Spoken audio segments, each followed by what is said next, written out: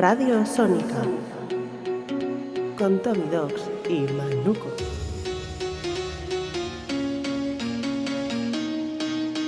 Bueno, pues ya estamos aquí en Radio Sónica, del número 7, con Tommy Dogs y Manuco. Buenas tardes. Buenas tardes, Tommy, ¿cómo estamos, tío? Pues muy bien, ¿qué tal tú? ¿Cómo te ha ido? Me ha pasado una buena semana después de todo. Parecía que iba a ser una semana normalita, pero ha sido una semana genial. Eso es, a tope siempre.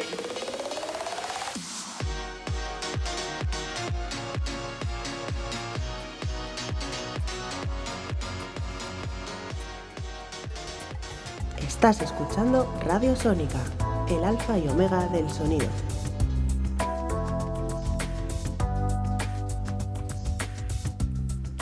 Bueno, Tommy, pues aquí estamos una semana más, otro Radio Sónica que empezamos. Eso es, vamos a ver... A ver cómo organizamos todo esto. Sí, vamos a ver todos los recovecos del sonido, hombre, una semanita más. Como siempre, eso es. Bueno, si te parece vamos a empezar... empezamos si quieres por tu sección directamente, que te habías ya preparado aquí, venías con los papeles ahí. Perfecto, pasándolos. sí señor. Pues venga, dale caña, a ver cómo va la vaina. Bueno, pues hoy voy a hablaros de los subgraves, que ya hablé en el episodio anterior de cómo se organizan los distintos elementos en el sistema de PEA y monitorización, y dijimos que los subgraves tienen bastante tela, y es verdad. Así que tema aparte, sí. lo voy a dividir, si te parece, entre este episodio y el siguiente, porque vale. es mucha tralla. Genial, así ya rellenamos más. Eso es. Vale, pues cuéntanos. Pues bien, los subgraves, como ya hemos dicho, son cajas que reproducen por debajo de 70 Hz, 80 Hz, más o menos las frecuencias subgraves, obviamente. Por eso se llaman así. Se puede colocar de distinta forma. Por ejemplo, empezando con el Enfire, que es un tipo de arreglo en el que se ponen 2 o 4 cajas, depende de lo que queramos lograr, separadas en distinto ángulo. Estas son las cajas tochísimas, hay que decir esto en primer lugar, ¿no? Que aparte de lo que hablábamos el otro día de los line arrays, que se colocan normalmente por encima del escenario, o de los front fields, que se colocan más o menos a la altura del pie del escenario, donde tienen, eso es. donde pisan los músicos. Tenemos los subgraves, que los subgraves suelen estar por debajo del escenario, a la altura del público, normalmente. Sí. O incluso un poco más bajos en altura. Entonces son las cajas más grandes y suelen estar ahí incluso ocultas, ahí escondidas. Claro, suelen estar o bien debajo del escenario o bien al pie, o incluso también pueden ser volados, que también veremos el caso. Sí, también hay ocasiones, sí, pero vamos, que por lo general, como son tan grandes y tan voluminosas, se suelen colocar así al pie de suelo y escondiditas, que no se vean mucho. Eso es. Y tenemos esto, el Enfire que comentabas. Sí, el Enfire. Una manera de colocar 2 o 4 de ellos, uno separados, junto a otro, sí. Claro.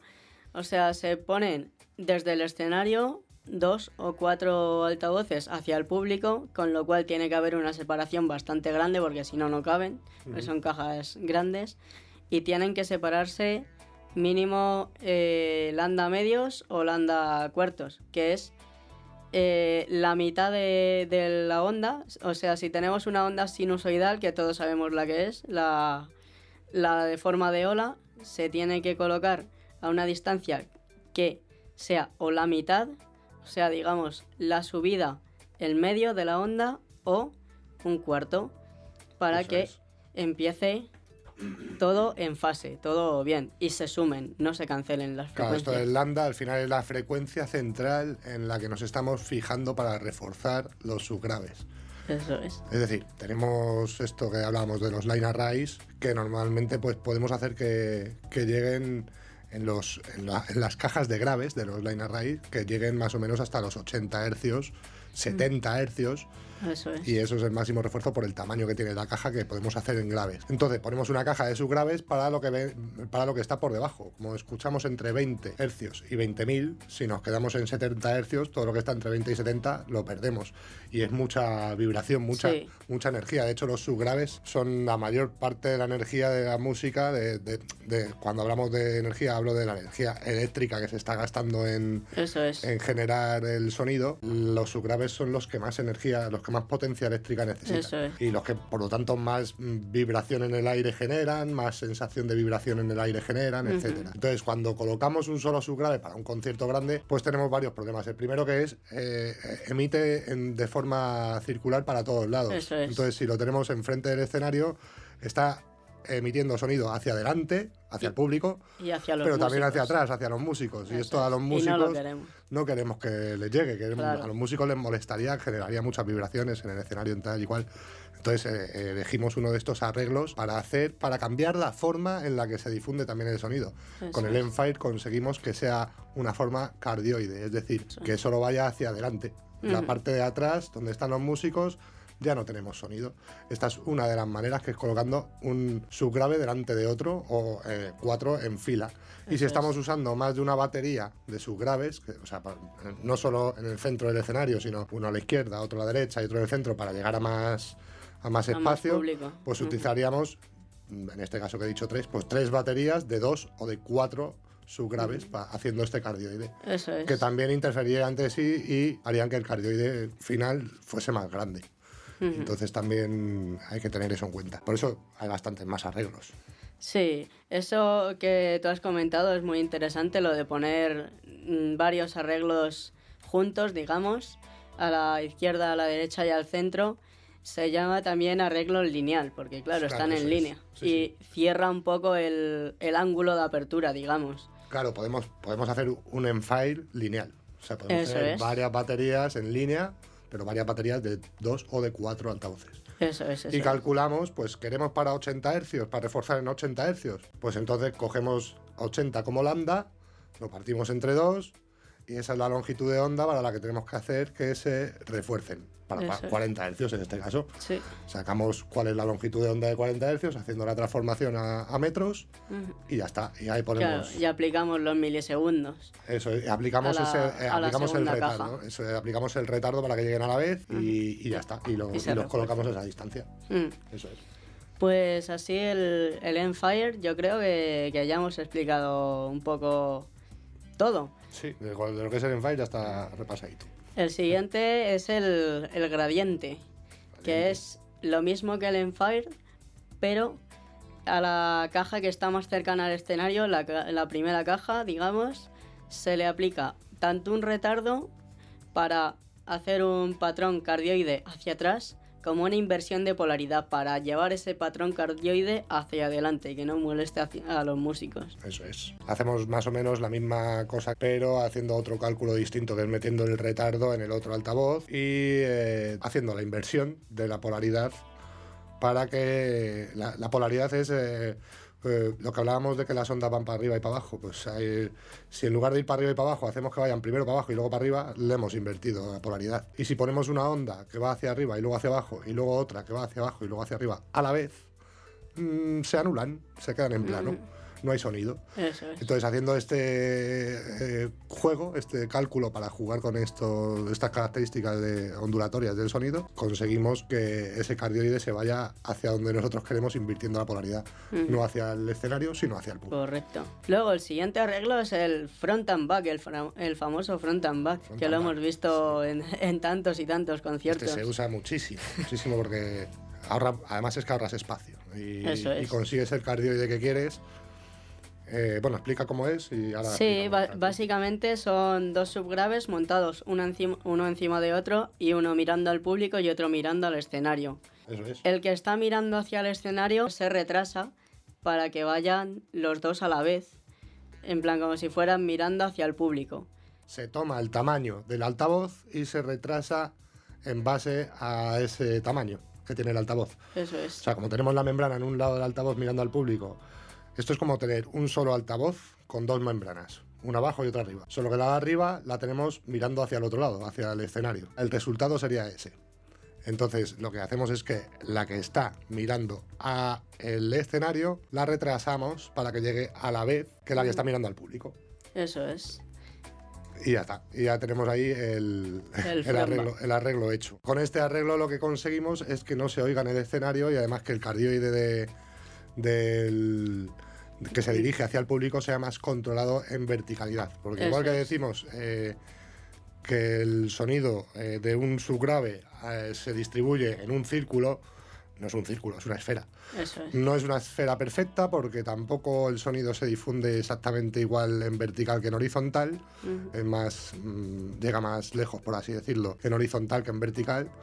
Pero también se está difundiendo hacia arriba. Con el arreglo front and back, con uno encima y otro abajo, lo que podemos conseguir es que la parte de arriba se dirija más hacia abajo y llegue más lejos. Es por así decirlo, es como el circulito lo estiramos un poquito hacia abajo, lo empujamos hacia abajo y se estira y así llega más al público y más dirigido a donde queremos, que no se vayan los subgraves a los edificios de alrededor.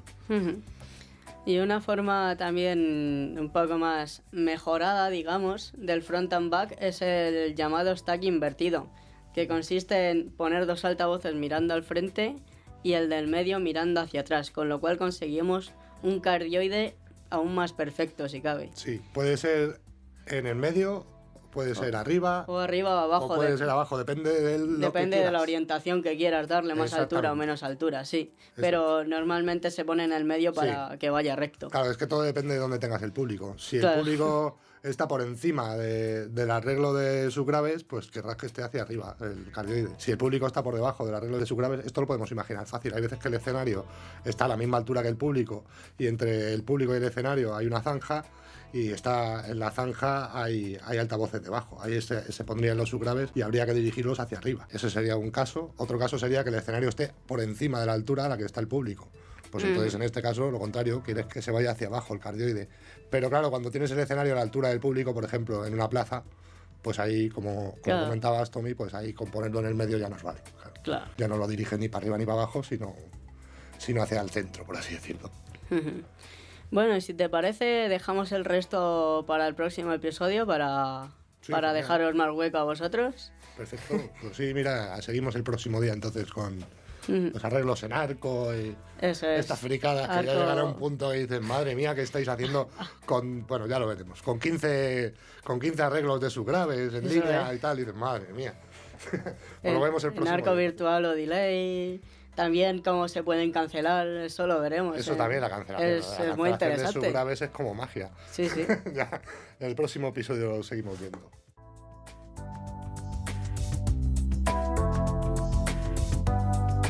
Radio Sónica, con Tommy Dogs y Manuco.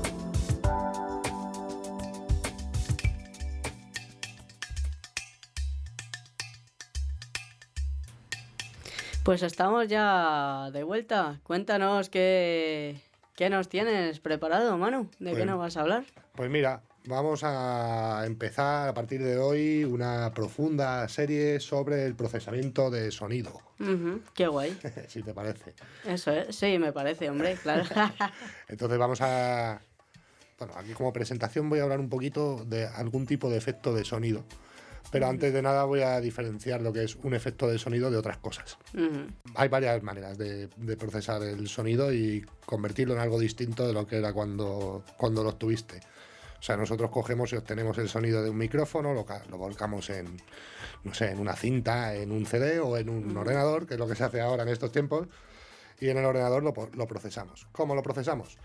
Pues aparte de cortar, pegar y mover, que es lo típico que se hace en edición, eso sería editar el sonido, tenemos una serie de procesadores que utilizamos para que suene distinto.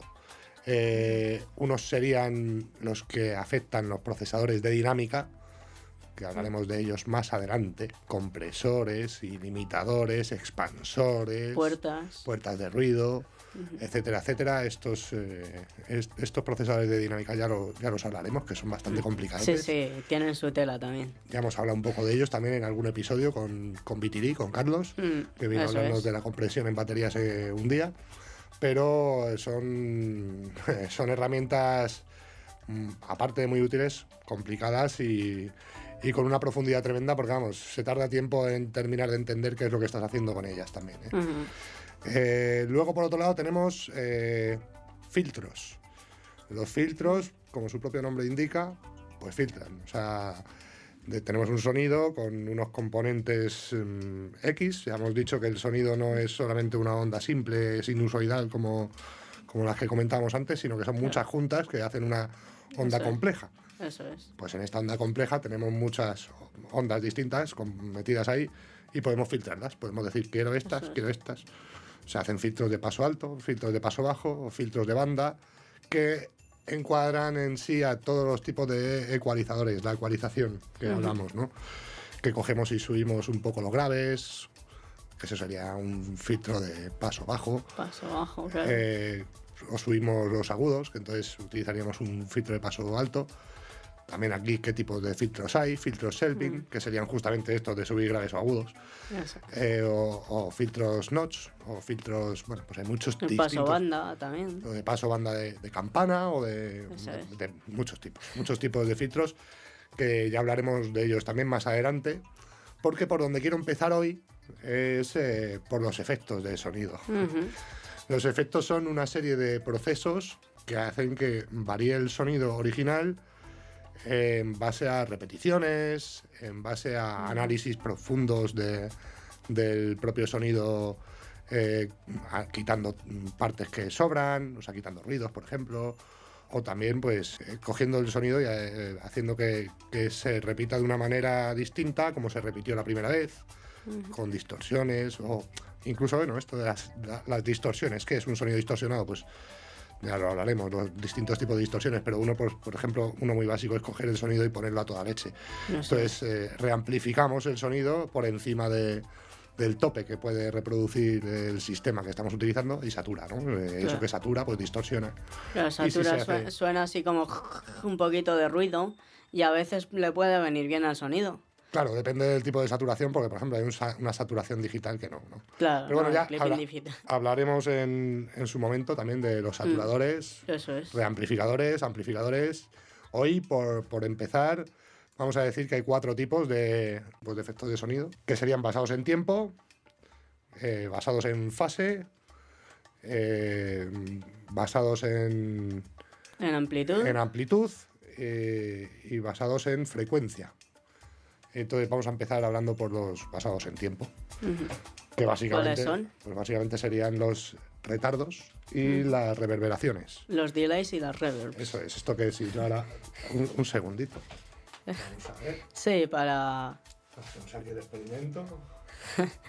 Para todos los que utilizamos softwares o DAWs son los típicos delays y reverbs. Son varias repeticiones que se notan en el tiempo y, por ejemplo, esto que estamos escuchando es como un poco de reverb, ¿no? Sí, yo ahora tengo reverberación. Pues estamos ahí en el espacio perdido. Bueno, Manu está en el espacio perdido. Sí, me he puesto a mí solo en el espacio. Hola, ¿cómo estás, Tomás? Estoy en la Estación Espacial Internacional. Hola, Manu, te saludo desde la Tierra, desde Radio Sónica. ¿Qué tal tiempo hace allá abajo? Aquí hace frío. Aquí también. Bueno, ese sería un tipo de efecto de sonido basado en el tiempo, ¿no? Cogemos el sonido que está entrando y lo repetimos en muy corto periodo de tiempo, muy rapidito. Eso es. Podemos variar el tiempo en el que se repite, cuándo empieza, que sería el predelay, cuánto tiempo va a tardar en empezar a repetirse, cuántas veces se va a repetir, que sería la retroalimentación, o el feedback, que se dice en inglés, etcétera, etcétera. Entonces, ese sería un tipo. Otro tipo de efecto del sonido basado en el tiempo sería el retardo. No voy a ponerlo porque es un poco idiotizante. No, sí, los delays mejor los dejamos para luego.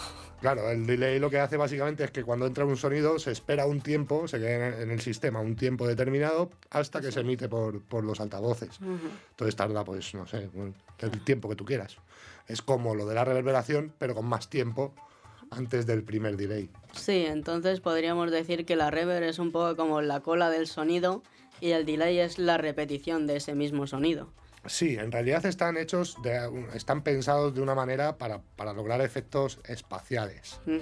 Es decir, con esto lo que conseguimos es que la voz de la persona o el sonido que sea, pues suene como si estuviese metido en un hall o si estuviese metido en una habitación. Claro, en un baño, lo que queramos recrear. O en una catedral también. Eso o sea, es. Donde más rabia nos dé, podemos imitar lo que queramos. Hay muchas maneras, muchos plugins de reverberación para el software digital de producción de sonido que permiten muchísimos tipos de reverberaciones. Hay, por ejemplo, bueno, uno de los más famosos que más se usan son los Abbey Road Plates, que, pues, por así decirlo, es el sonido, la reverberación que podemos encontrar en todas las películas de Disney clásicas, incluso las que se están haciendo ahora, porque está basado en una máquina de reverberación de los estudios Abbey Road en Londres, entonces, de los Beatles. Entonces, claro, en los estudios Abbey Road hicieron muchos tipos de máquinas de reverberación de este tipo para lograr el sonido que luego consiguieron tener los Beatles. Y está el plugin en internet para dinero también, claro, lógicamente. Claro. Pero es uno de los más usados. Sí. Otros que se usan mucho pues son las reverberaciones de matrices de convolución, que logran una imitación casi perfecta del espacio que están intentando simular. Imitar. Sí, claro. Simular, eso es. Sí. Entonces son muy, muy avanzadas y permiten un control casi absoluto de los rebotes que quieres para el sonido. Si quieres que rebote en madera, si quieres que rebote en piedra. Sí, las reverbs de convolución son bastante utilizadas para dar sobre todo naturalidad y ubicar el sonido donde quieres más concretamente. Eso es. Luego, como comentábamos, pues lo de los delays. ¿Qué efecto está buscando el delay? Imitar, pues un eco. O sea, que tú estés en un cañón, se puede conseguir el eco. Hay varios tipos de delays. El delay más básico no imita un eco, simplemente hace un delay. Solo son repeticiones rítmicas. Exactamente, una repetición rítmica en su momento y no hay variación de sonido ni nada. Pero luego hay, normalmente, donde hay un efecto de delay, hay un efecto de eco al lado. O sea, tanto en plugins como en mesas de mezclas suele estar el efecto de eco, que lo que hace es precisamente eso, buscar imitar un eco pues también en una catedral o en un cañón. Entonces ahí, combinando reverberaciones y ecos, pues podemos conseguir efectos espaciales para dar la sensación de que un cantante o un orador o un instrumento está, en lugar de en un estudio de grabación en el que casi no hay rebotes ni nada, pues o en una sala en la que no hay muchos rebotes o hay una reverberación muy fea, pues nosotros la arreglamos, la hacemos más bonita y más agradable para el oído de quien lo está oyendo. Claro. Y arreglado, para eso estamos.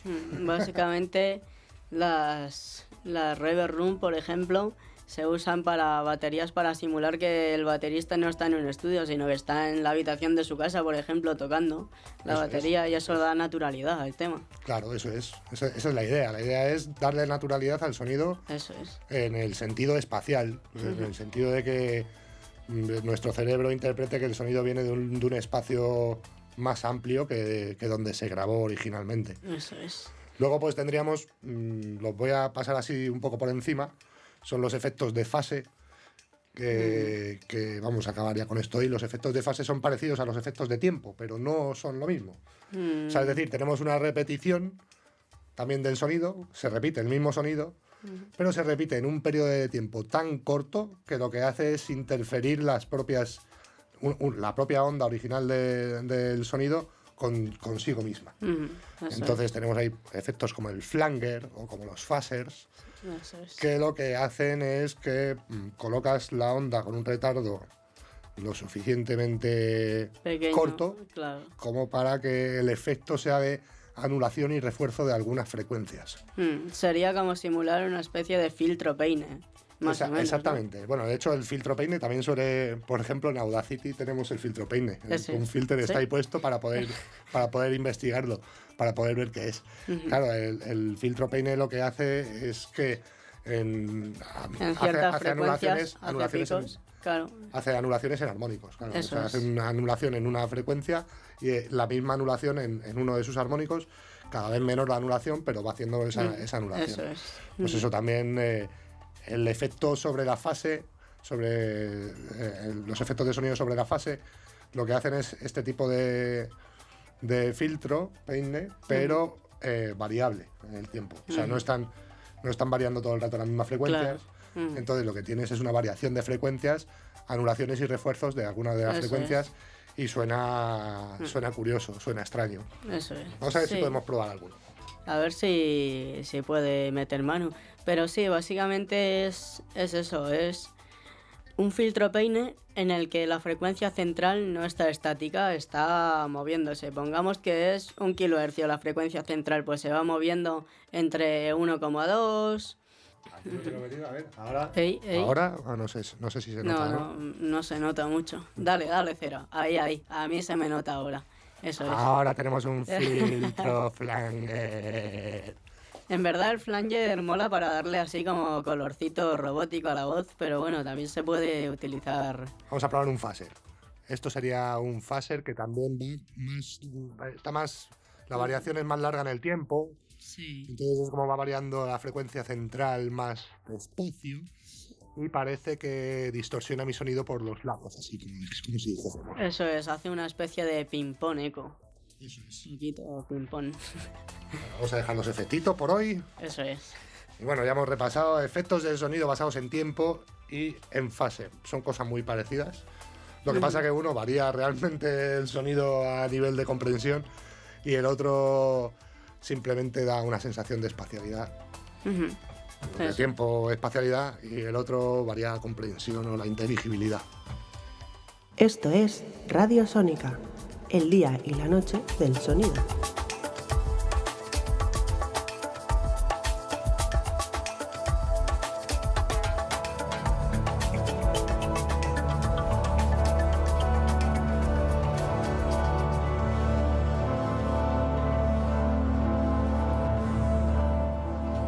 Bueno, pues vamos a continuar en este Radio Sónica de hoy, en el número 7 ya.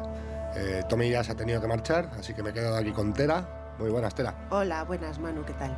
Muy bien, aquí estamos con el programa, que bueno, hoy está siendo más explicativo que otra cosa. No hemos traído a nadie hoy entrevistado, no ha venido ni Antonio a contarnos nada de cine, Carlos está un poco ausente. Bueno, tenemos variedad.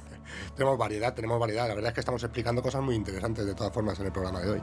Así que pues, vamos a continuar Pues ahora seguimos. con tu sección. Muy bien. ¿De qué vienes a hablarnos hoy? Pues hoy venimos a hablar del bloqueo ante el miedo, porque en el episodio anterior, hablando con Tommy, tú y yo estuvimos hablando y dijo, Tommy sacó un tema muy interesante que era, oye, el bloqueo, cuando vivimos una situación de miedo y nos bloqueamos, y dijimos, anda, pues mira, vamos a introducirlo en la sección de ciencia y... Claro, es verdad, porque Sonido. estábamos en el episodio anterior, en el capítulo de Halloween. Y bueno, claro, como tu sección trae esta continuidad, trae hasta ahora lo más explicativo y lo más profundo que tenemos es lo que nos traes. Lo que quedó pendiente era esto de ¿por qué nos bloqueamos ante el miedo? ¿Por qué nos bloqueamos ante el miedo? Eso es. Pues cuéntanos. Pues mira, es un nombre. Sustancia gris periacueductal. Toma ya. Toma nombre. Así, es que la ciencia tiene unos nombrecitos a veces. Sí, la verdad es que les ponen unos nombres muy curiosos, pero no es tan difícil de entender. Para explicar un poco esto tenemos que empezar con los ventrículos. En el cerebro tenemos 4 cavidades, que son los ventrículos, que son los laterales, el tercer ventrículo y el cuarto. Uh-huh. Estos ventrículos hacen el sistema ventricular, que básicamente es el que nos protege nuestro cerebro de los golpes. Porque por ese sistema ventricular está el líquido cefalorraquídeo, que es el amortiguador de los golpes en el cerebro, el que nos protege de los golpes. Vale, o sea, el que evita que llegue el impacto, si te das un golpe en la cabeza, que no llegue el impacto directo al cerebro, ¿no? Sino que está ahí, bueno, el impacto amortiguado ahí. Eso es, el impacto directo al cerebro llegaría, lo que pasa es que te protege de lesiones, de unas lesiones que sin el líquido cefalorraquídeo pues serían mucho más graves en el cerebro. Bueno, este sistema ventricular, que tiene 4 ventrículos, sí. En este sistema es donde está el kit de la cuestión. Claro, ¿qué tiene que ver esto con, bien, bueno, pues, con el bloqueo? Pongamos que el sistema ventricular es una forma de hoz, más o menos. Entonces, la parte ovalada serían los ventrículos laterales y el palito de abajo sería aproximadamente, ahí estarían el cuarto y el tercer ventrículo. Vale. Lo que conecta, el conducto que conecta el tercer ventrículo con el cuarto ventrículo es el acueducto cerebral o el acueducto de Silvio. Pues bien. Estuvieron los romanos también en el cerebro, ¿eh? Algo así parece.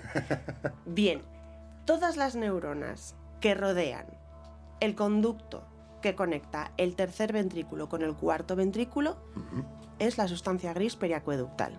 Ajá. Que es la encargada de bloquearnos ante el miedo. Vale, o sea, son neuronas que reaccionan ahí Eso es. ante ese estímulo, ¿no? Exactamente. De golpe ahí. Bueno, reaccionan de... De golpe nunca, mejor dicho, claro.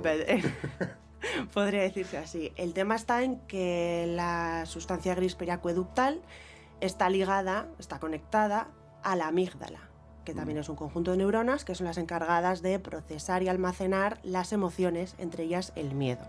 Vale. La amígdala... Empieza a haber relaciones ahí entre Eso cosas. es. La amígdala recibe la señal eléctrica del estímulo del miedo, de algo que nos da miedo, recibe la señal eléctrica. De la amígdala pasa la sustancia gris periacueductal, que es la encargada de dar la señal al cerebelo de qué es lo que debe hacer esa persona o ese animal ante la situación de miedo que está viviendo en el exterior. Vale. Entonces puede ser o de ataque, o de huida, o que de quedarte inmóvil. Claro, el quedarte inmóvil muchas veces es lo primero, ¿no? Es antes de todo lo demás. Porque, claro, Sí. Salir corriendo y huir puede venir después, pero por ejemplo, cuando escuchas un sonido que da mucho cangue, como pasaba el otro día con lo de Halloween, realmente es que te quedas, lo primero es que te quedas en silencio. Te quedas en silencio. Es extraño, ¿no? Porque un ruido que hace que tu reacción automática sea no hacer ruido. O sea que luego, pues como queriendo mantener la atención, ¿no? Es la primera reacción que le pasa a uno. ¿Y qué ha sido eso? Claro, muchas veces nos por así decirlo, nos rayamos, ¿no? Nos emparanoiamos mucho porque dices, joder, el bloqueo ante el miedo, es que me bloqueo, me quedo congelado. Bueno, pues es una respuesta muy normal Claro. ante un estímulo de miedo, de terror por parte de Claro, más del allá exterior. del bloqueo en un plazo más largo, no saber qué hacer o no saber reaccionar, yo creo que ese bloqueo nos pasa a todos. Nos pasa a ese todos. Primer shock Ese quedarte de en qué es silencio, esto. qué es lo que está pasando, te Claro, permite también un poco al cerebro analizar la situación que estás viviendo y cómo puedes reaccionar.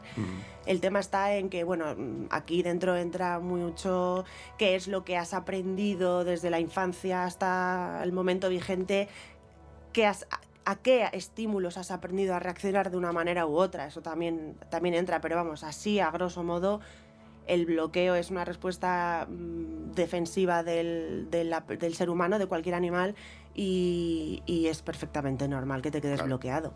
Lo que sí se sabe ahora a través de estudios es que la sustancia gris periacueductal es la encargada principal del bloqueo.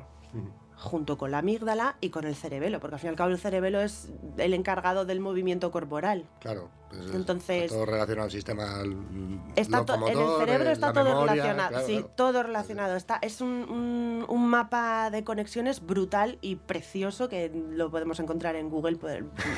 Tecleas El mapa del conexiones cerebro. nerviosas, el mapa del cerebro, y es que es espectacular, Sí. es espectacular. Entonces, todo está relacionado con todo, pero vamos, básicamente es el circuito del miedo, es amígdala, sustancia gris periacueductal, cerebelo, y luego del cerebelo, que es el elemento principal del movimiento corporal, lo envía ya a la médula espinal, y ya ahí los nervios motores ya ahí, Claro. pues se ponen en marcha. Sí, porque sientes el escalofrío, entonces, en todas partes del cuerpo. Ahí como se te ponen los pelos de punta y casi eso.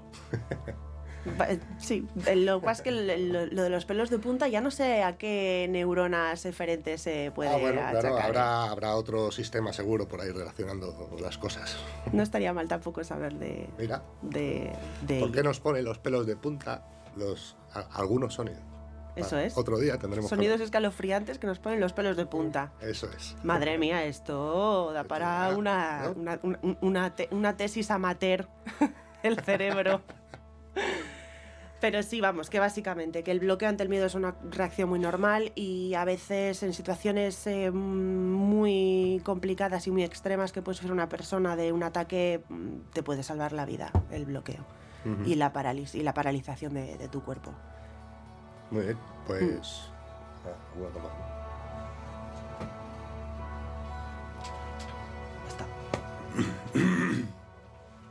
Muy bien, pues muy buena la sección de hoy que nos has traído con el tema del bloqueo del miedo. Sí. Muy interesante. La verdad que sí, ¿eh? Cualquier cosa que venga del cerebro es muy interesante. Es un mundo por explorar y por conocer, que es muy interesante y descubres muchas cosas de tu propio comportamiento y de los demás.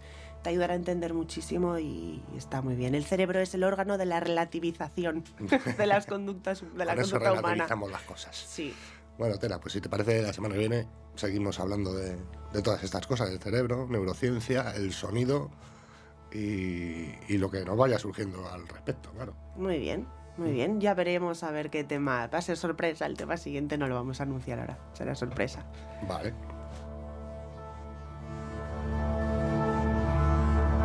Esto es Radio Sónica, a 343 metros por segundo al nivel del mar.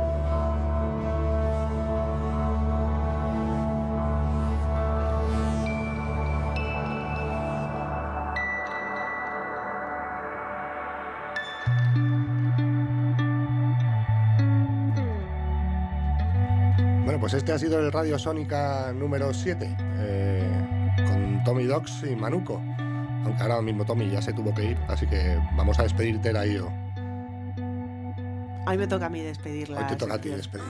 Contigo, muy bien. Pues un placer y hasta la semana que viene. Pues hasta la semana que viene, un gusto grandísimo hacer este podcast y seguir adelante. Y nos seguimos escuchando.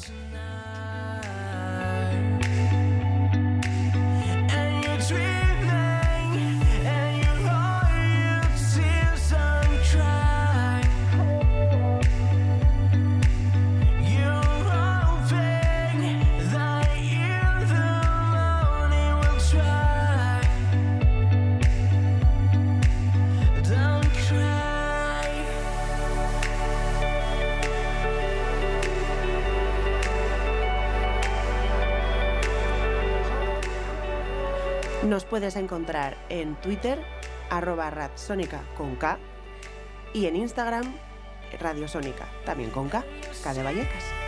Y también en nuestra página web, radiosónica.es.